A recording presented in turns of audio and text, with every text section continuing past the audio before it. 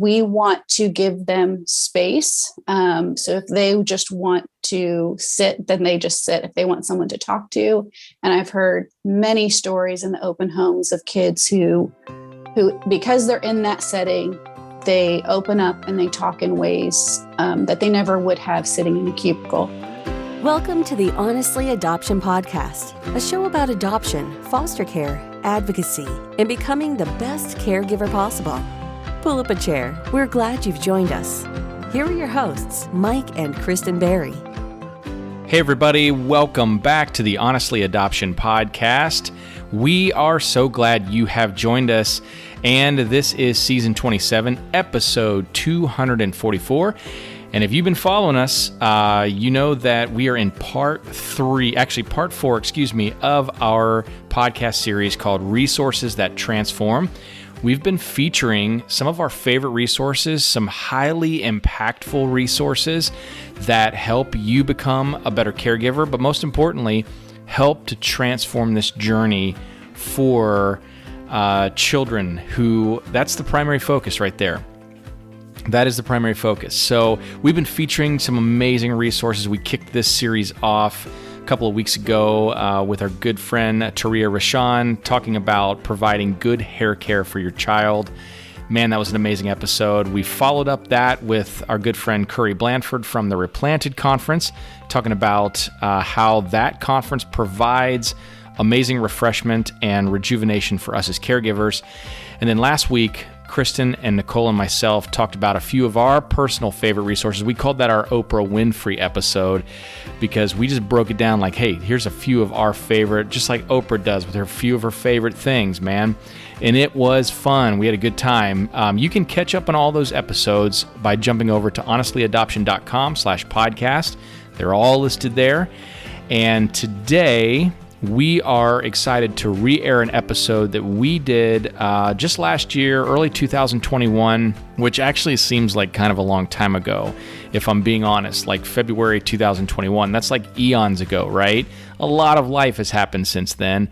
But since we're talking about valuable resources, we wanted to re-air an episode that we did with Sarah McDaniel on the Isaiah 117 house, which if you've not heard about the Isaiah 117 house, they are all about caring for children awaiting foster placement. And here's what they do in short, and Sarah's going to tell you all about this in this episode, but what they do in short is they come alongside the State Department of Child Services, and they actually create homes. They actually renovate homes that are a landing place for children who have been removed by a caseworker and are about to be placed in a foster care placement.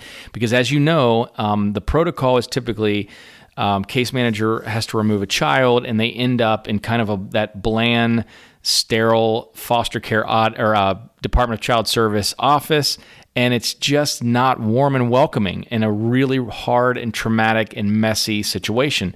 So Isaiah 117 house bridges that gap. They renovate homes specifically for children to land in, and they provide just about everything they need in that transition period. It's an amazing resource that provides some dignity for an otherwise really hard situation. And here's the cool thing. They have homes in Arizona, in Florida, Georgia, Indiana, Ohio, Tennessee, Texas, Virginia. They're working on creating these homes all over the place, all over the United States. So Sarah's going to tell you more about that in this episode. We're going to jump to that in just a moment, but I want to tell you real quick before we do that, if you are a clinician, medical provider, therapeutic provider, child psychologist, we want to invite you this coming Tuesday, September 27th, to join the two of us, myself and Kristen, along with our good friend and attachment guru, Deborah Gray, for a free online training called How to Promote Healthy Attachments with Your Clients. In this training, Deborah's going to talk about involving parents in attachment work. She's going to talk about shifting approaches based on arousal states in children. She's going to jump into organizing tasks of therapy to enhance success, as well as accommodating for children who have gone through prenatal exposure, and also using sensory-based techniques within attachment therapy. This is some of Deborah's best training, and she's doing it for free this coming Tuesday, September 27th. And listen, if you're a parent and you're thinking, man, that sounds great, but it's not for me, wrong. This can be for you. We would love for you to join in on this training and also share this link with a therapist or provider that's working with your family. For you as a caregiver to be at this training would be valuable because you get an insider's look into the therapeutic, professional, clinical process. So join us, jump over to honestlyadoption.com/healthyattachment, and you can save your spot today. It's a free training. You don't want to miss it. All right, guys, now on with this highly valuable resource, this interview we did with Sarah McDaniel on the Isaiah 117 house. Well, Sarah, welcome to the show. Thank you, Kristen. I'm really excited to do this. It's really a great opportunity. We are excited to have you here, and we learned about you through a mutual friend. Mm-hmm. So tell us a little bit about yourself, your background, what your family is all about, and then we'll get into this organization that you're working with. Okay, sounds good. Yeah. My name's Sarah McDaniel. I live in the Indianapolis area. I'm married to my husband, obviously married to my husband. He's a pastor/elder on the south side of Indy. We have currently 7 kids. I say currently because you never know. Not actively looking, but it's always a possibility. So our first yes, 4 were, yeah, our first 4 were biological. And then I kind of, just as an individual, always been a kid person, always been a baby person. I don't know how many other people around my age, saw back in the 80s, all the documentary on Romanian orphanages. But I remember even as a young kid, that really impacting me. Like my first realization that there were kids everywhere that were not in a good condition. And my whole life, I remember always thinking I wanted to be a mom. So of course, adoption would be an option if I couldn't have biological kids. I didn't really put much more thought into it than that, other than well, of course I would adopt if we can't have biological kids. And it wasn't until probably after my 3rd child was born in a set of circumstances that it really started to, a lot of people probably seems like a duh, but it really started to hit me wait, we could do both. There's no reason that you can't adopt and have biological kids. It's not just an option for if you can't have biological kids. And so through a series of things, I ended up having another child. And then through conversations my husband actually had and just a bunch of different things, God led us to adopt, and we adopted our son from Ethiopia. He came home in 2010. I always say after my 4th child that I gave birth to, I thought I was done.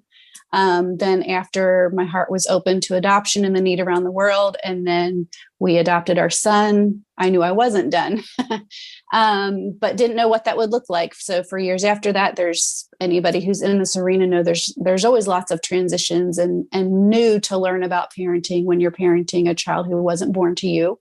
And so there was a period of about 5, well, it was more than 5 years, but doesn't matter. So it was 5 years. 2015, we became surprise foster parents, which is another long story that I won't share right now, but it was sort of a kinship thing. So we didn't know we were going to be fostering. We had tried to, but because we had 5 kids in Indiana at the time, there wasn't that option. And so this other set of circumstances that I believe God clearly worked out, we ended up being foster anyway. And then we ended up adopting her, and we also have adopted then her biological brother. So yeah, that's a total of 7 kids right now, ranging in age from my oldest will be 21 in a couple weeks here, and my youngest just turned 4 in November. So it's quite a span.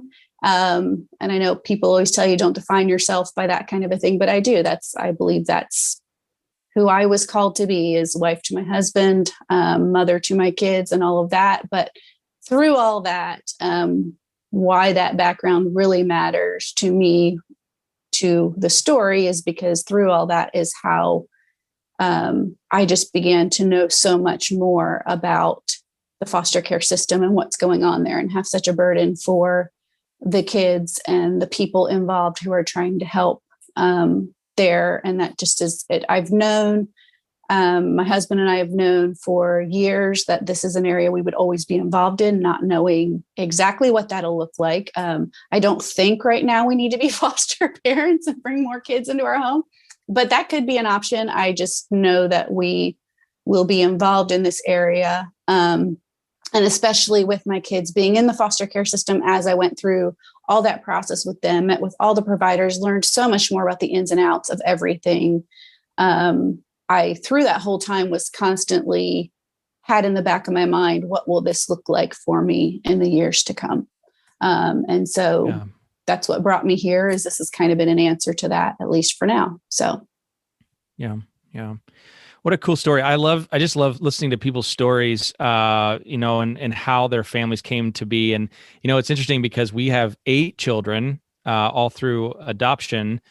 6 we adopted from the foster care system. And, we find that when we're speaking to other adoptive families, large families, we're like lightweights in terms of how many kids we have. Cause there are some people out there that have like 15 kids and 20 kids and, even more than that. And so I always say that, and everybody's like, oh yeah. You're small, but you're right there with us. 7 kids. Yeah. 8 kids. It's that makes for an adventurous, day every day. Yes. It's enough to give people pause when you say, I think most people, when you say big family, they think, oh, you have like 4. And then when you say more than that, there's always that, oh. Yeah, exactly.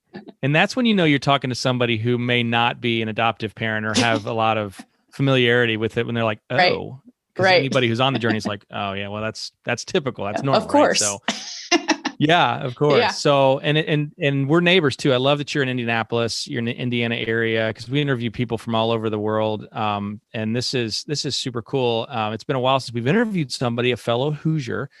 So it's really cool to hear that you're right here in our own state. So Isaiah, the Isaiah 117 house, is a project that you have started, that you, have championed. What is that? So let's talk about that. And the dream behind that, and what it's all about. Okay. So it was actually started in Tennessee by a lady named Rhonda Paulson and her husband. They were going through foster care training. They felt like they wanted to be foster parents, and about, I think it was like 7th or 8th week, for their training, they go to the DCS office. And she tells the story of how she was in the conference room, and the instructor was explaining to them that when kids are removed from their home or from another foster home, but when they're removed and DCS has to step in, they're taken to the office. And she just was kind of confused because, they spent all this time learning about this trauma and what these kids are going through. And then they said these kids are brought to the office. And she raised her hand and she said, sure, you mean they come here, like to this office? As she's looking around at, typical government office. And they said, and the instructor said to her, yeah, a little girl slept on this conference room floor last night. And she says in that moment, she was just overwhelmed with what that must have felt like for a child, for that child to be in that position. She said she felt the guilt, the shame, the fear, everything. She said some of the feelings were surprising, things she hadn't thought of before, but that in her mind started her thinking about what if there was a home. And so it started in Carter County, Tennessee.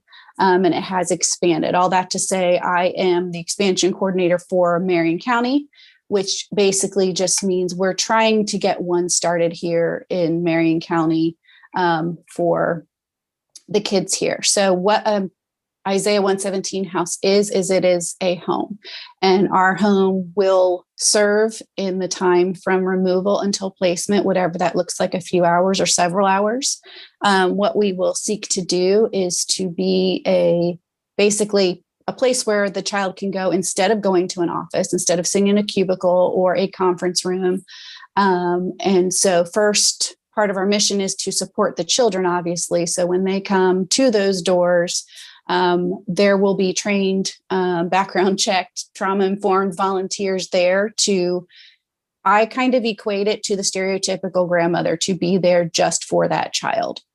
to get them whatever they want so they can get cleaned up. They can get, a nice nap if they want one. They can get whatever food they want. If they want something we have, we'll give it. If they want McDonald's, we're running out to McDonald's to get it. We're not going to be like, no, that's not very healthy right now, hon. That's not what most grandmoms do. So we will want to just, what their word is, they say, lavishly love that child. While that child's there, we'll have volunteers working on gathering 2 to 3 days worth of brand new. Our organization only accepts new donations. So we will get them 2 to 3 days worth of new clothes, toiletries, luggage, whatever it is they need for those first few days. We want to give them space. So if they just want to sit, then they just sit. If they want someone to talk to, and I've heard many stories in the open homes of kids who, because they're in that setting, they open up and they talk in ways that they never would have sitting in a cubicle. And so we try to do, that will be what we do, is just try to love them, to give them hope, to give them dignity, and to help them as much as we can understand that this isn't their fault, what's going on. I think a lot of us don't stop to think about what that day is like, because that child is being removed from a bad situation, right? I mean, DCS is stepping in because it's a bad situation. And so we think, well, wouldn't they be relieved? Like, this child is being abused or whatever. Wouldn't they be excited that but they're not. That's all they've ever known. I think whether you've been in it or not, we all can think of times in our childhood where maybe we were perfectly safe, but we were petrified because we thought we weren't. And so I think we all can identify with that and those traumatic times in life where it feels like your world is shattered, like everything turns upside down and you're then not able to understand everything. And then you're sitting in a cubicle while everything else is going on around that has to happen. And so we seek to support that child. We also seek to support the DCS case managers as they experience a lot of secondhand trauma, not only in them having to do the removal. This kid just got taken by a stranger who is them, so they're not likely well loved there either. And if we're going to be honest, there is not a whole lot of positive publicity out there for DCS. And I really believe that the majority of them are there for the children. That's why they're there. That's what they want to do. They want to help. But they have multiple other children on their caseload. So then they're expected to sit in a cubicle to try to find this child placement, this child that's probably dirty, probably has nothing, is hungry, all of these things, so I just think about my 5-year-old daughter, who is a ball of energy moving all the time. I think I would go insane if I was a case manager trying to watch her in a cubicle while trying to find placement, and so when that DCS case manager walks in, if they want a cup of coffee, we get it. If they want a meal, we're getting it for them. Our home will be set up with an office where they can still keep an eye on the child, but where they can take a breath if they need it. And where we will have everything that they need to do their job. So whatever, chargers, docking stations, whatever forms they need, we will have there so that they can just keep doing their job. And there's just so many benefits to that. But one of the major ones is that child is now no longer sitting there listening to them make these phone calls. So they're not going to hear the case manager having to make multiple phone calls possibly to get someone to say yes. They're not going to have to hear the case manager trying to explain whatever behaviors that child might have or the trauma that they've just come through in front of them. They can do that someplace away from the child. And then we will also seek to support the placement, whoever that is, whether it's kinship or foster, by obviously giving these kids what they need so that now the foster family is getting the call maybe at 2 a.m. that now this child is coming, but this child is clean. This child has what they need. If they have lice, they've been treated for lice. If that placement needs a bed, we will get them a bed, a car seat, a crib. If it's a baby, we're sending them with formula and diapers. And as you well know, that first few days of placement, everybody and their brother needs to see those kids. And so now that's not something they have to do. They don't have to run to the store quick. They don't have to say no because they can't get what that child needs yet. And so we hope to support them also then in connecting them. So like I said, our window is removal till placement. So then we hope to be able to give them the information for resources like Hands of Hope and places like that, okay, now that you're taking placement, here's some places where you can go. Here's people who want to support you in this. And all of that comes around still. It's a 3-part mission, but it still all comes around to supporting the child, because when the case managers are supported, and they can do their job better, and the foster placements are supported and they can do their job better, it all goes back to the benefit of the child. And something that isn't a stated part of our mission, but in my mind was always like, I wonder, the other missing component in my mind was the bio family. Like, is there a way that we support them? And actually I had a meeting this week, and the lady I was talking to, she just stopped me and she said, don't ever forget that this can help the bio family too. Because the majority of bio families, no matter what the situation, they're not out there looking to be bad parents. They didn't set out with that goal.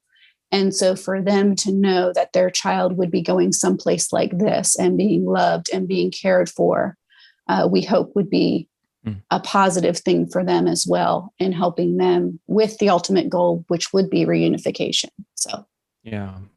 Wow. Just, man, the work is amazing. And I can say personally, you mentioned a moment ago, imagine, a lot of people think that a child is removed from a bad situation and they're relieved, but that's not the case. This is home. That was home for them. And they have a connection to that home. Right. Imagine being a child. You said that to me, and it like reverberated to the depths of my soul, because as a child who grew up with both of my parents, I was terrified to be away from home. And I'm still a homebody to this day. I remember in like 5th grade, my parents talked me into doing a week of summer camp at our local church camp. And I hated every second of it. I couldn't imagine. I mean, all I wanted to do was get back home, to the point that I even called my dad. I was able to slip away and get to a phone up in the dean's office, and I snuck a phone call. Yeah. This was back in the day when the phone was attached to the wall by a cord. And most people probably have no idea what that looks like. But I called my dad and I begged him, please come get me. Please come get me. And of course I was completely connected to I wasn't in a bad situation at home. So to think about the what a child goes through, the depth of the trauma, I can imagine it just from that trauma that I went through, in a healthy home. Right. To think about the weight of that. So the work that you guys are doing is it's like a ray of light in just complete darkness. And I think it's just extraordinary. I mean, just to think about that weight, I think our listeners putting yourselves in that position. Right. We don't often do that. I mean, I remember, as I think back to some of our children and some of our placements in the past, wow, it crushes you to think about how the depth of that trauma, that separation, that disruption. So yeah. Wow. Yeah. It is. It's hard to, and I too grew up with, no family is perfect, but grew up with a stable family. There was never a fear to me that my parents were going to disappear, or that, I mean, other than the standard, like what if something happened to my parents kind of a thing, but they were stable, they were faithful, they were there. I knew they loved me. And there was still those times of fear. And I just think for a lot of these kids, so it's in a way we can identify, but in another way, it's like, but for some of these kids, even in that, they've never had that security. And so they've always had this like shifting security. And then this happens too. And like you said, it may seem like a horrible place, but it's the only place they've ever known. And I think all of us know and have seen people who you think, why don't you just walk away? So you look at the abused woman, and why don't you just walk away? Because there is an attachment. There is that bond that you have. And these kids that, like you said, and I remember a time when I was really little, being in a position where, looking back as an adult, I'm like, I know I was perfectly safe, and I was petrified. And probably every adult around me was thinking it was hilarious because this little kid is scared of something. They knew I was fine, but I still remember it because in that moment I didn't understand. And I thought I was in genuine danger. And that's where these kids are. And I think a huge impact can be too. So all of us, when we're in trauma, but particularly these kids who have so much trauma, a big issue is their walls go up. Whatever those walls are, they all look different. Their behaviors, whatever, that all looks different. But what if these kids, maybe some of those walls don't go up because they've been at the Isaiah 117 house and they've had a chance to have someone just sit and talk to them.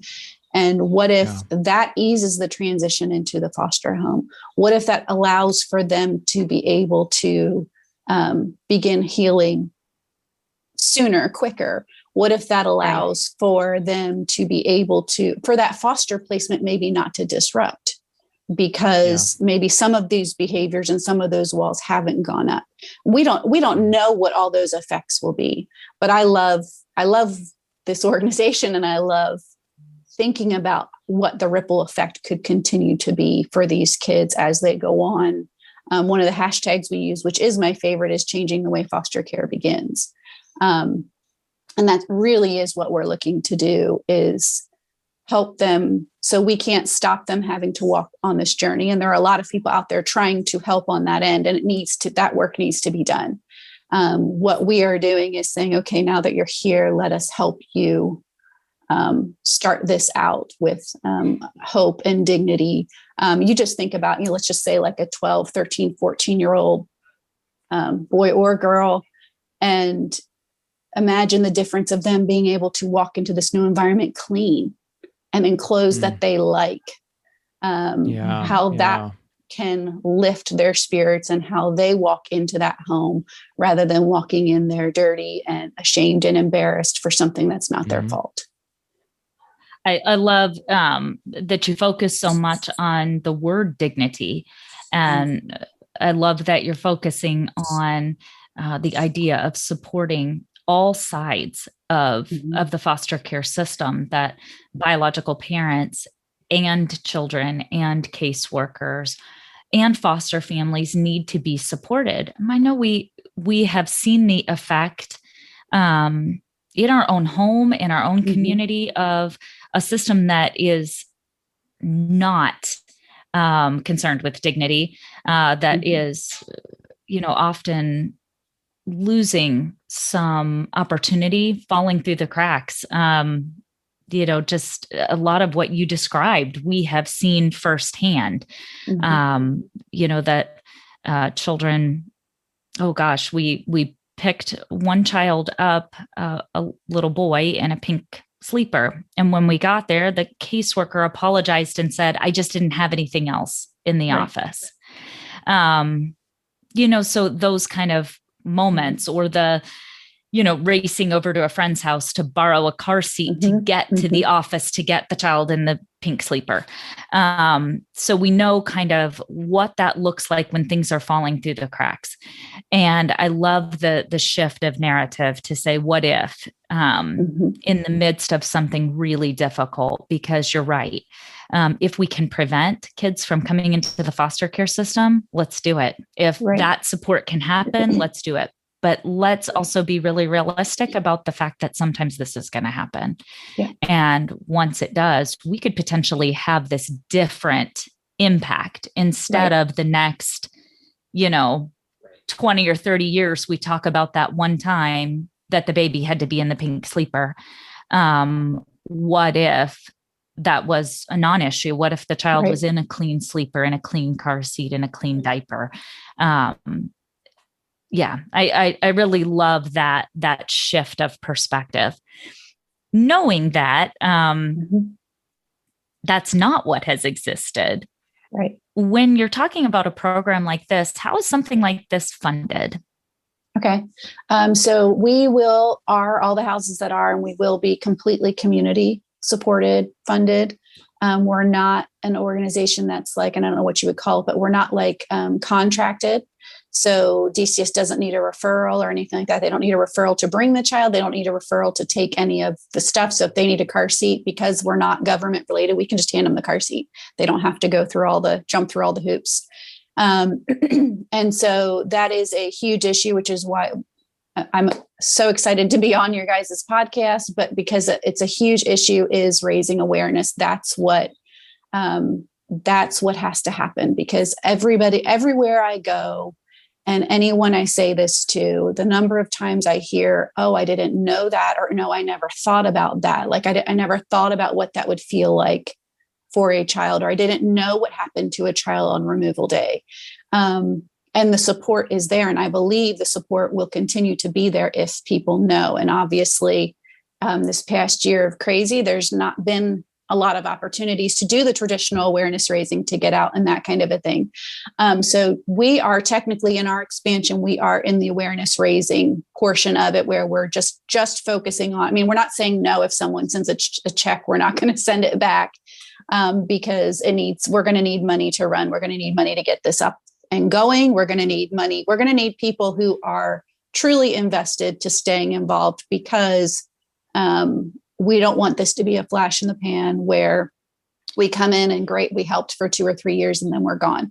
That happens, and it could happen, but our goal is for that not to happen.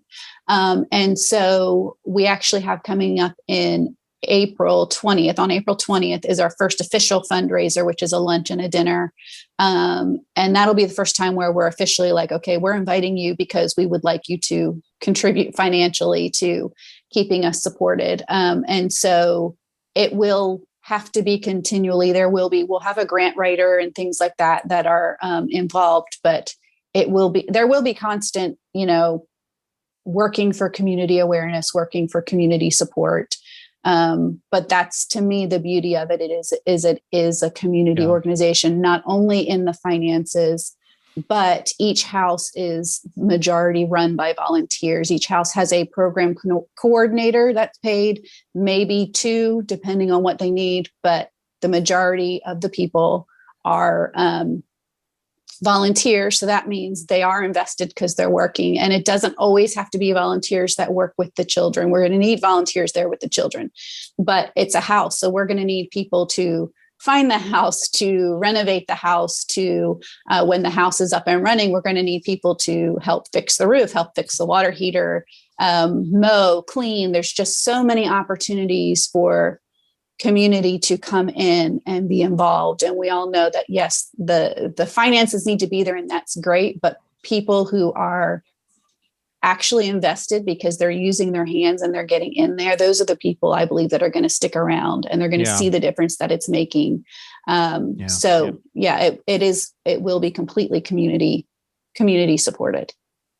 That's awesome. It's very exciting to hear the beginning parts of this project. And I love that your organization is really thinking ahead to those things. We know other organizations that have tried this approach, and then fizzled out on funding and support in that way, or even getting the referrals from DCS and being able to use the space. And so I love that you guys are thinking ahead and that you're following a model that's already in place and already functioning. I think that's going to be a really great thing for our community. If we have local indie listeners, what can we do to get involved here in Indiana? Okay. So as I said, this organization started in Tennessee, and it has expanded throughout Tennessee, but it's also expanding in Indiana.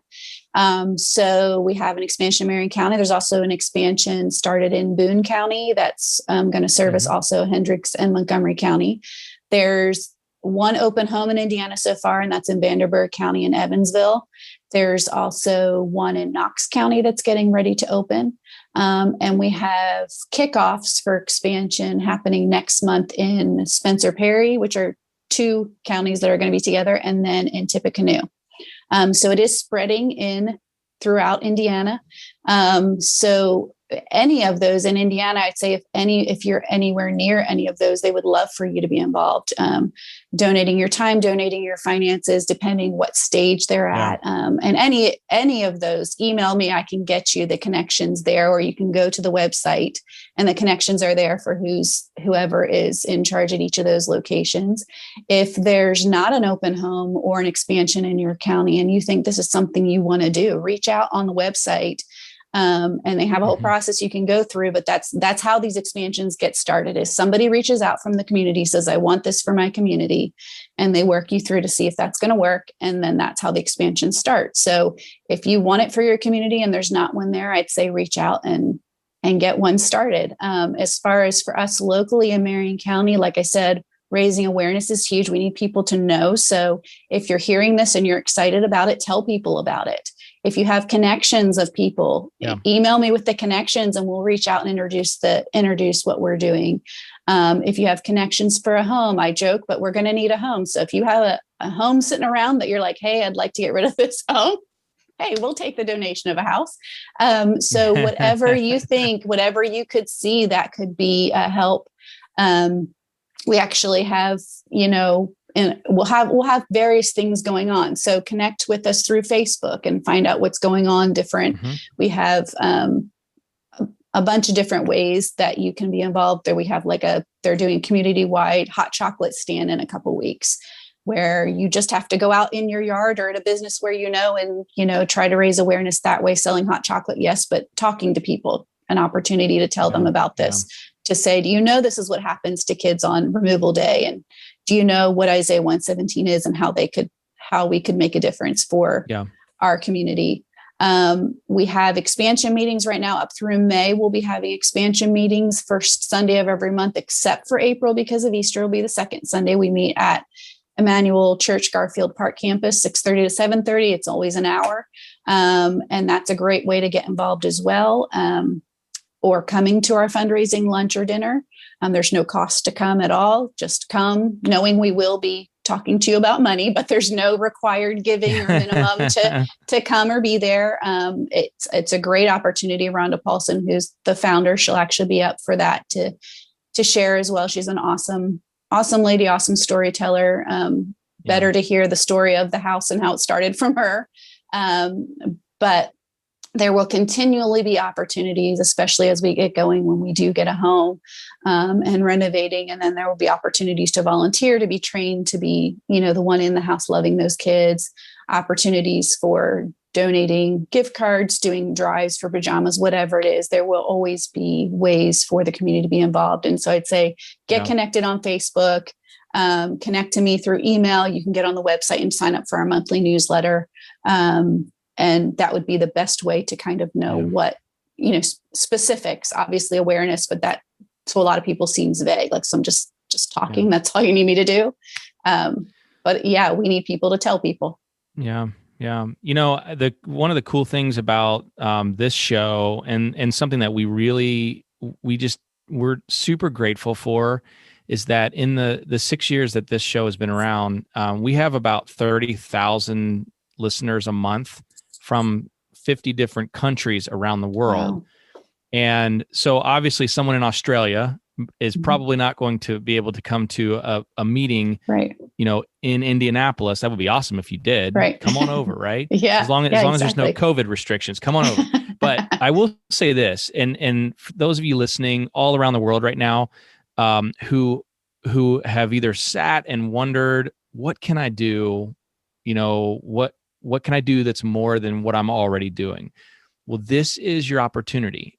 In the show notes over at honestlyadoption.com/podcast, the website, the Facebook page, everything that Sarah's talking about right now are all linked there. We're going to link all of that there.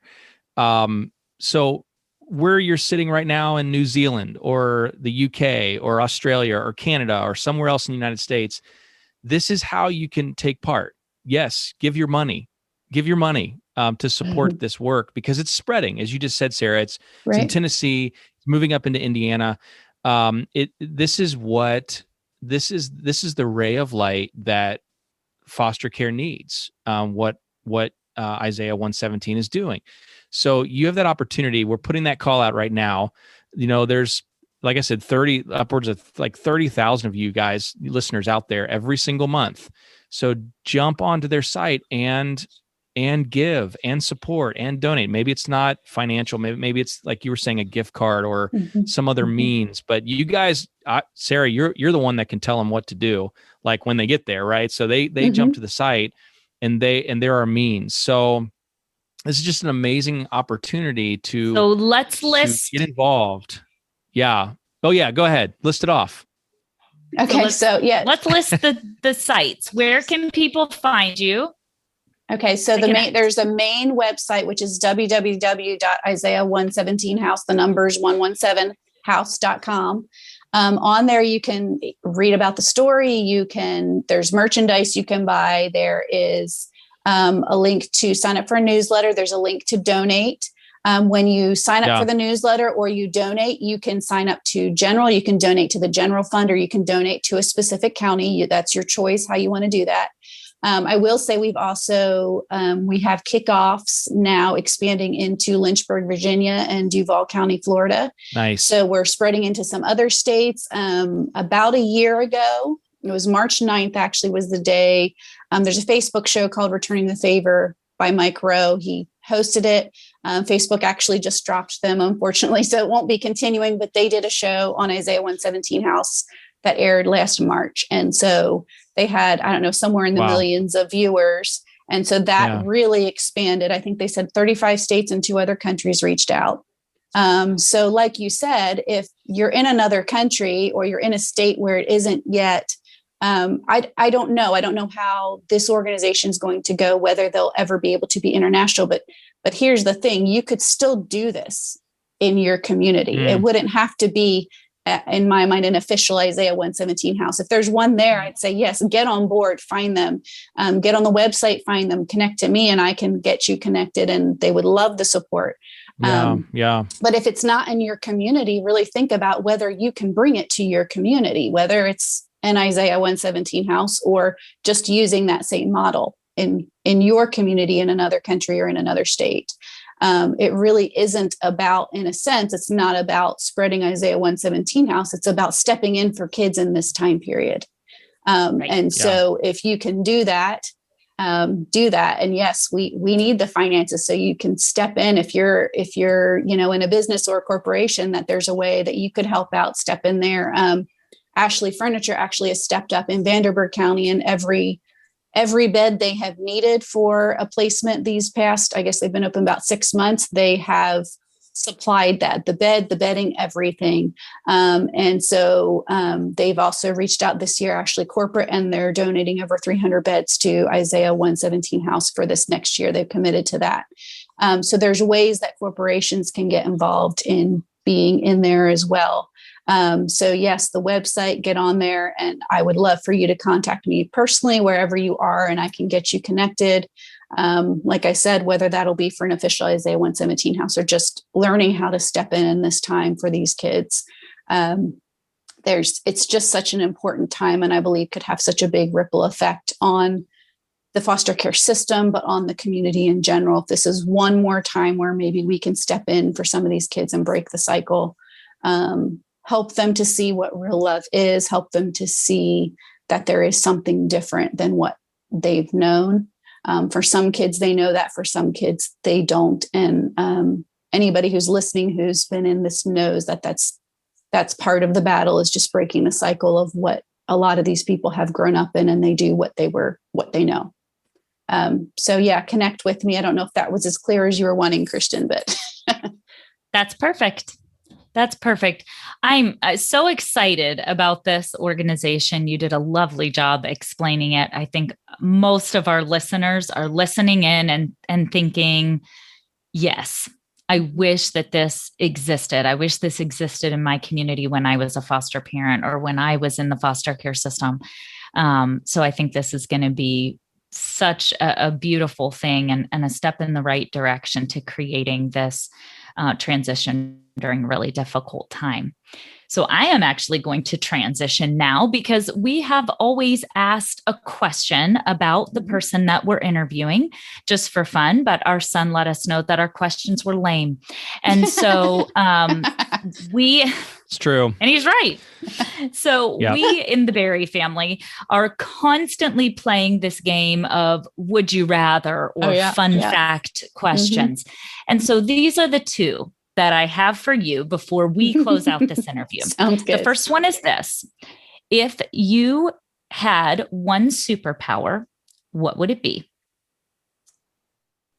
That's a good question. If I had one superpower, what would it be? I probably one different than what I would say if it was just me sitting with my family. If I had one superpower, I think it would be not to have to sleep, because I love sleep and probably too much. So I think it would be great to be able to go without and you probably don't get enough of it like us. I think I do okay. Too, you can get the hours sometimes and not get the rest. But that's true. Yeah. I mean, how amazing would that be if we didn't need to sleep? We could just that would be great. Have that quiet time while my kids would still need to sleep though. I mean, I can only be the only one that has the superpower, because if they don't need sleep, then there's no point. That's a really solid point. Fair enough. I'm going to need everyone else to sleep. Yes, you can. I just need that time. So that leads to the next question. Incidentally, we didn't tell you to answer that way. Would you rather sleep in or stay up late? Oh, that's hard too. I want to do both. Probably sleep in at this point. Yeah, I would probably rather sleep in, but I like to do both, but probably because they're related. But yes, yes, probably sleep in. I always like, I don't like getting out of bed. Doesn't matter how many hours I've had. I still don't want to get out of bed in the morning. Yeah. Right. Oh man. Boy, I'm the same. I don't want to get in bed. I love it. Right. Yeah. But I want to stay up. Yeah. All me night. too. And then I deeply regret that when everyone starts waking up in the morning. Absolutely. I'm like, why did I do that? Why couldn't I just gone to bed 30 minutes earlier? Why couldn't I have done it? But it's hard. Everybody's in bed. I can think of one more thing to do. Everything's quiet. We joke, maybe for you guys too. My husband it's like he decides to go to bed and he's in bed in 5 minutes and he's out in 2 minutes. To me, it's like, okay, when I've decided it's time for bed, it's at least another 30 minutes to an hour till I actually get in bed. And then probably another 30 till I fall asleep. So it's a process, but either way. My superpower would be sleeping. Yeah. Mine would be to not sleep, but I don't want to know that I don't need sleep, because I do love sleep. I'm like you. I love the idea of sleep. Even right now I'm thinking, oh my gosh, I'd love to just take a nap. But if I had the superpower of not needing sleep, I wouldn't want to know that that sleep is a thing. That makes sense. Because I think that would be like torture. That'd be torturous. Well, that's true. Like if you, it can't be a superpower that you can't sleep, just a superpower that you don't need to. That's true. Like if I don't want to, I don't have to. I like but that. if I want to, I can. That's good. Because not being able to sleep. I've had friends who suffer with insomnia, and that's not a superpower. That's not a superpower. No, not at all. Well, this has been fun. Sarah, thank you so much. Thank you. And just thank you for the work that you guys are doing through Isaiah 117. So it's just been great. Thank you for being on the show with us.